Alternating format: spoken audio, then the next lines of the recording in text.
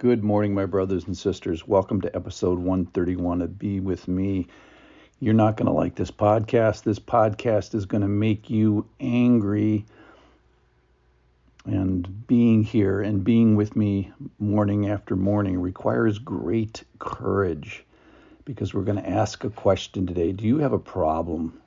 Do I have a problem with my tongue and my anger? And will you be left with a little throw up in your mouth after this podcast? Answer, yes, you will. Here we go. We're in the Sermon on the Mount. Jesus is teaching, and he says in Matthew 5:21, "You have heard that it was said to those of old, 'You shall not murder,' and whoever murders will be liable to judgment." So let me just stop there for a second. So we're all like, well, I haven't done that. I've never murdered anybody, so I'm good. So all is well. I don't have to listen any further. But then Jesus says, "But I say to you," oh no, "that everyone who is angry with his brother will be liable to judgment. Whoever insults his brother will be liable to the council. And whoever says, 'You fool,' will be liable to the hell of fire." So just two verses today, but they're just brutal. Verse 21, hey, I haven't murdered anybody, so I'm good, right? And then the big change, "But I say to you," and here we see Jesus embracing the mantle of authority, and I'm spelling that AUTHOR-ITY. That is, he is the author. He's the author of the Old Testament. He's the author of the Ten Commandments, Exodus chapter 20. And now he's telling us what that means. So for thousands of years, we've thought, well, I haven't taken a knife to somebody's throat with no reason or no good reason. So I haven't murdered anybody. So I'm sitting here snug as a bug saying, hey, that's not me. What a relief. I got this. I'm good. I'm okay. I have fulfilled righteousness. But then he says the first word, but I say to you. So he is reinterpreting. He is giving, not reinterpreting, he's interpreting it perfectly, not changing it. We should have been doing this all along. And then he says that if you're angry, and he says this three different ways: if you're angry, if you insult, and if you say, "You fool."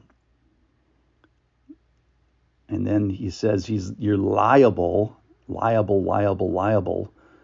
is always in there. So let me just talk about the liability for just a second. This liability is saying that something is due, that we are liable to judgment, that we're guilty, we're judicially rightly accused when we say we're liable. That is, that an answer is going to be required. It's like, oh no, for my anger, for my insults, for my saying things when people drive, drive badly even. I mean, it's just ridiculous how far we can go with this. So he says anger and raka, which is verbal abuse or name calling. He says that every way but Tuesday,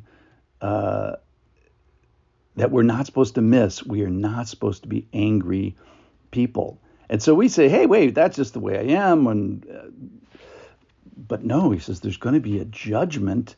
We have to answer for this, and even answer to the fires of hell. It's like, oh my goodness. So the point is that the judgment is going to be above our pay grade, that some entity is literally tasked with our punishment and our judgment. And it involves fire and liability and judgment. And at a certain point, we will be powerless to fix this. So it gets our attention that we really need to fix it now. So it's so practical today that there is a judgment, there is a liability, and we are going to have to answer for our anger. And so we need to be careful with our words, kind with our words. Just the story, I was having words with somebody, and I was telling another friend about that, and they asked a question about my words, and he said, "Were they sharp?" ? Were the words sharp? And I'm like, of course they were sharp. That's the whole point of having words from somebody, and just the guilt ran through. So keep in mind that I understand that only God can change the heart, that out of the heart the mouth speaks. And who of us can stand today without our hand over our mouth, and without our hand over our heart, and with our hand in the cookie jar of guilt here? We have the burden of liability to this judgment, this hell, this counsel. And Jesus here, by his authorship, has lowered the bar so far that none of us can get by this. I would never do that. It used to be I would never murder somebody. And now the answer is, wait, I anger all the time. I do that all the time. And so I think the response is not, I could never do this. This is just the way I am. Hey, I've always been like this. My family's always like this. I'll never change. I think what the Lord is asking is saying, wants us to say, I am like that, and I shouldn't be murdering people in my car and in my work and in my home. It's not okay. I do have a problem. We got to go from I don't have a problem and I don't need to change to, hey, I do have a problem and I do need to change.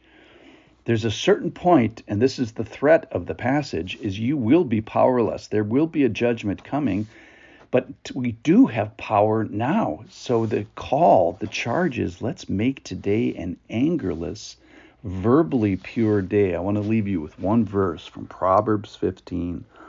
A soft answer turns away wrath, but a harsh word stirs up anger.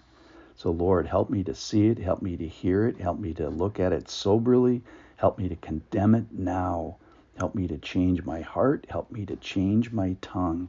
I charge all you people who are listening, thank you for listening, thanks for the courage to listen today, that go and have an angerless day. May your day be full of gentle answers and kind words. Thanks for listening. I'll see you tomorrow.